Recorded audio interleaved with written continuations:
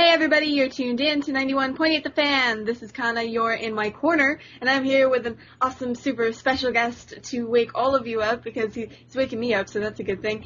Josh Grelle, would that be it? Hello! Did I utterly mess it up on air? Do what? Did I utterly mess it up on air? No, you got it. You got it. Awesome, you got it right. awesome. We are good to go. We are liftoff. Point to me. I will say that I'm actually very impressed by your experience. You've been, I believe, in the industry for about 15 years now? Oh, God. No. I think that's a common misconception that people have when they read my biography or something like that. No, I started doing stage acting and just general theater when I was 5 years old, and I was doing that for about 15 years before I got started in the industry for voice work and anime. So I've only actually been a voice actor for six and a half years. But, yeah, a big common misconception. So I had a couple people ask me that. But at the same time, though, of fun. But at the same time, though, doing that much stage work must have gotten you so much experience. Oh, let me tell you, it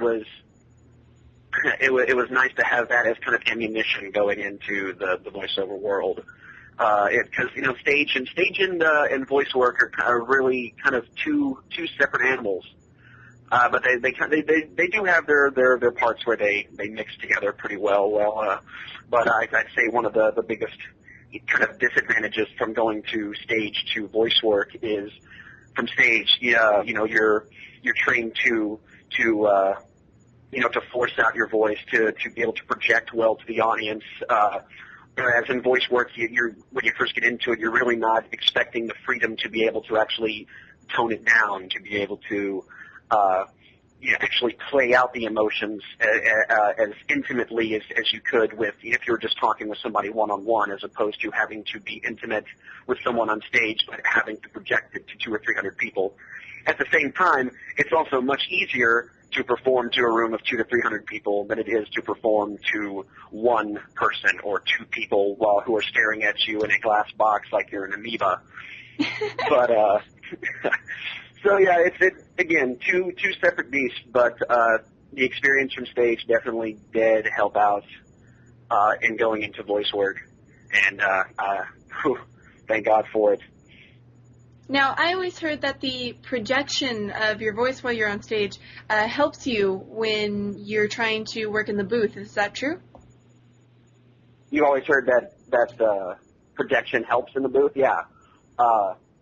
Especially if you have to do like those DBZ epic screams. Having the experience of having to shout to a full room definitely helps when they're just like, okay, well, you got the screen for 45 seconds. Good luck. Oh boy. Yeah. Hopefully you don't pass out on the floor. Oh, thank God I haven't yet.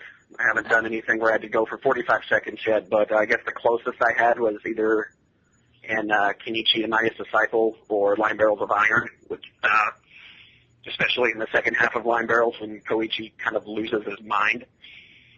Lots and lots of screaming. I would assume, though, that despite how taxing those scenes are, they would be a little bit more fun because you get to work with the drama and the angst and everything. Oh, yeah. It's juicy goodness. And now, is there a specific role that you were really attracted to, the drama aspect? Oh, my God, yes. And thank God I'm actually able to talk about this now. They just announced, and I've got the go-ahead from the director, or one of the directors, just recently announced the cast for the dub of Shikabane Hime, or Corpse Princess. And I'm playing Akasha. He's kind of the lead villain. And definitely the most dramatic role I've ever played, either in stage or in voice work.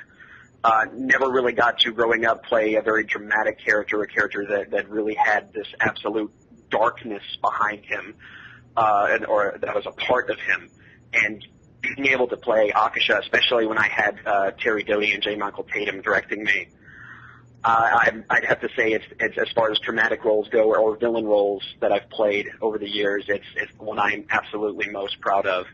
And I cannot wait for it to get out there and to see it. That actually sounds really fun. I'm so glad we're not getting, I can't talk about it. We hear that all the time. Yeah, well, this is, I mean, they literally just announced it like 2 days ago, 2 or 3 days ago. I think they announced it at Anime Central. Really? Oh, that must have been fun because I know Tatum was there. Oh yeah, definitely. We were actually live blogging about their Funimation panel, and so we got to hear about it and let people know about that immediately. But that must have been so neat to do that. Could you tell us any more about your character, or are you not allowed to say? Well, I don't want to really give anything away. I will say, again, he's kind of the primary villain, but in getting to know him over the show, for those who haven't watched it, like on the Funimation channel, because I know they had most, if not all, the series up on their YouTube channel for a while. Akusha really is kind of this character where after a while you're not really sure what he's about. You're not really sure whether he is a villain, and if you're not careful, you might actually find yourself feeling sorry for him, if not kind of identifying with him. And it really, really makes the character really fun to play, and I think it makes him kind of a really fun character for the audience as well. Now, I'm wondering... And that's without giving too much. Oh, okay, right. I'm wondering, though, with a good character versus a bad character, do you have a preference? Oh, God. That is a very good question. I would say, actually, I don't really have a preference, but I do have... I'll say between the two, there's no preference, but as far as good characters and bad characters, I do have a preference as to which kind of good character or bad character I like to play. For instance, a character I played a long time ago for ADV for the show Pumpkin Scissors that was directed by Charlie Campbell, I played Viscount Wolkins. And if you've ever read the story The Most Dangerous Game, he's kind of the concept of the villain in that story, but with a semi-automatic tank. It was fun. And really kind of, I love the character. As short as the time that he actually had as in part of the show, one thing I absolutely loved about him and other characters like him that I get to play is I adore any sort of character that lets me do a psychotic, evil laugh. And he had the best laugh ever. Just always this kind of giddy, childlike laugh of just the pleasure that he took in hunting these people with this gigantic tank of his. It was just awesome and evil and dark, and I loved every minute of it. Well, that sounds actually really awesome. We're going to take a very short break, but when we return, we'll find out about more evil antics by our guests. So stay tuned to 91.8 The Fan. Everything you want, nothing you don't. Yay! I'm also happy because Elmo just bought a new video game from GameTagStores.com, and it was for cheap! Yay! Elmo is so happy that he got his new games for almost free! Yay! It's so much better than that other game store I go to that Elmo can't say because Mr. Noodle will hurt me if I do. Yay! My new game! Mr. Noodle's scary. Hey everybody, you're tuned in to 91.8 The Fan. I'm still here with my guest. Haven't scared them away. They might have scared me, though, with their evil laugh. Just saying. Ha! And I'm wondering... Ooh. Oh, don't run from the laugh. I am the laugh is your friend. I'm wondering what conventions we can catch you at, since I'm sure a lot of fans want to run up and make you do that evil laugh now.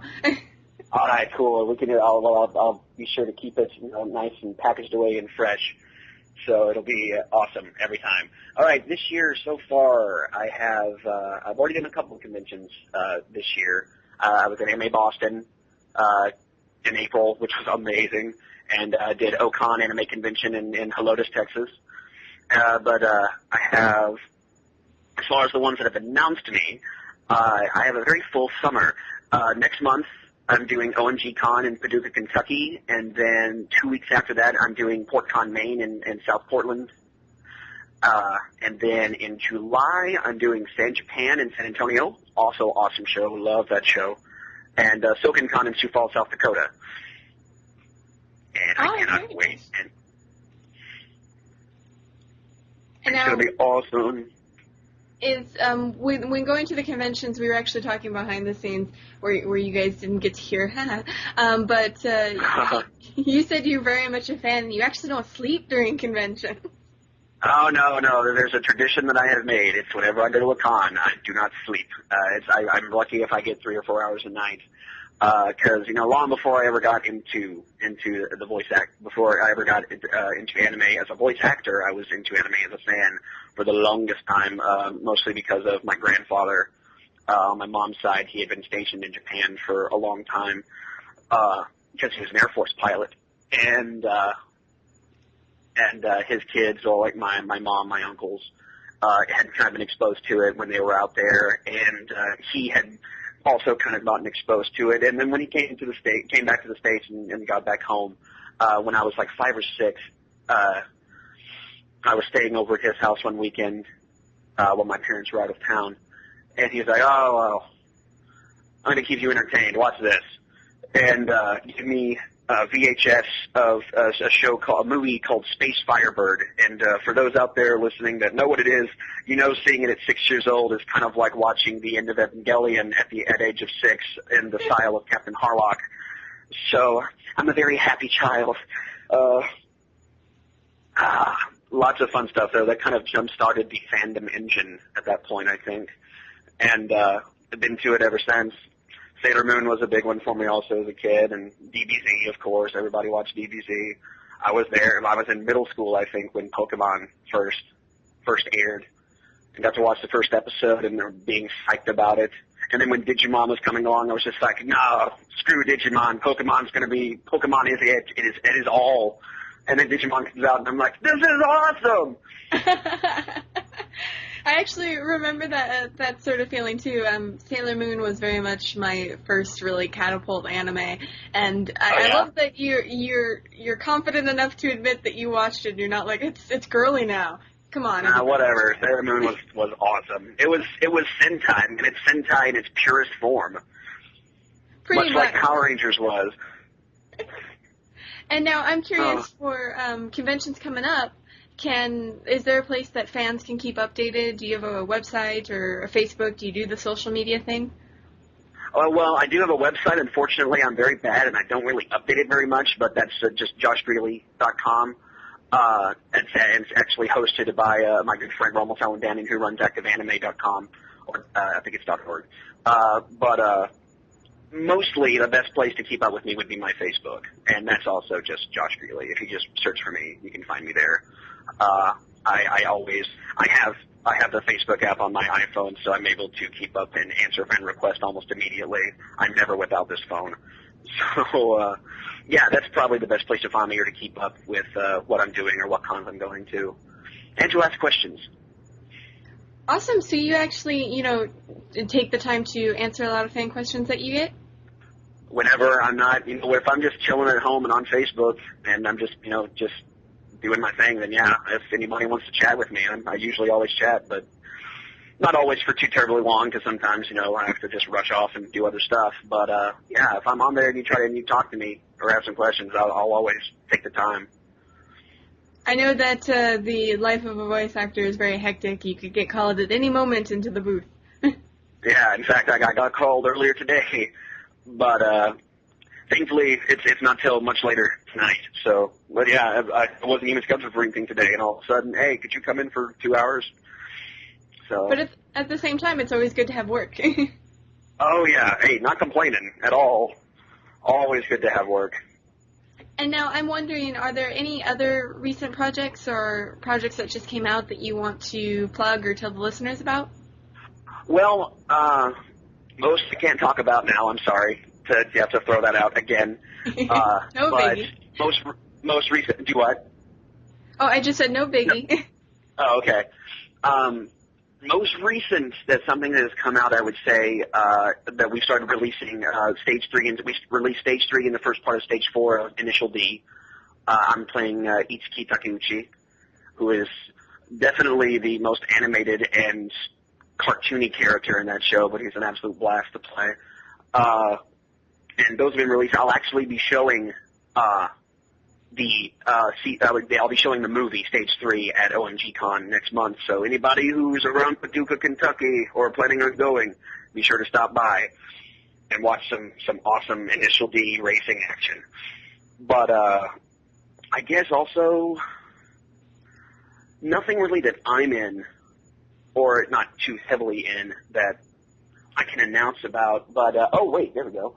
On the 25th, next Tuesday, we'll be releasing the final part of Kenichi the Mariachi Cycle, the last season 2 part 2, and then we'll also be releasing a season 1 box set that has season 1 in its entirety, all the first 26 episodes, I believe, and that's awesome. Pre-order that. Amazon or Best Buy or Right Stuff. Right Stuff. Oh, I love Right Stuff.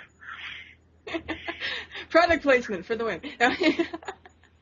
Yeah, oh, no, I tell you what, no, Right Stuff has saved my life. I can't, because I'm a wall scroll fanatic, and sometimes figurines and stuff, and if I can't find something at a con, I'm pretty sure I can find it on Right Stuff, and I'm waiting actually on my Kenichi wall scroll to get in. I cannot wait. Oh, very nice. And I'm wondering, is there anything else you'd like to tell the listeners out there? Go to Right Stuff if you like good deals on anime and other products. It will save you as much as it has saved me. And before we let you go, I was wondering if you'd like to participate in a 91.8 The Fan tradition. Okay. We basically ask everybody who comes on, whether they're a voice actor or not, if they'd be willing to do a bump for us. Oh, absolutely. Awesome. We do this live on air for any of the mess-ups, so no pressure. No pressure. All right. Can I say something along after, aside from the plug, aside from saying the station name, can I say something? Oh, yeah, go ahead. Like a little plug? Yeah, we basically All right, cool. ask if you can say, my name is, I do this, and you're tuned in to 91.8 The Fan. All right, cool. All right, you ready for this? Yep, we're ready.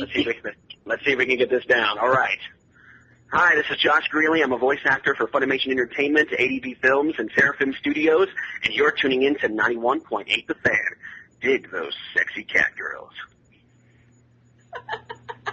That was great. Thank you. Thank you so much, and thank you again for having me on the show. I was very excited. It was a lot of fun. Awesome, and hopefully we can have you get on in the future. Oh, absolutely. Just give me a shout. And for everybody out there, if you missed any of this interview, shame on you. We'll have it up in the next few days, so keep it tuned to 91.8 The Fan. Everything you want, never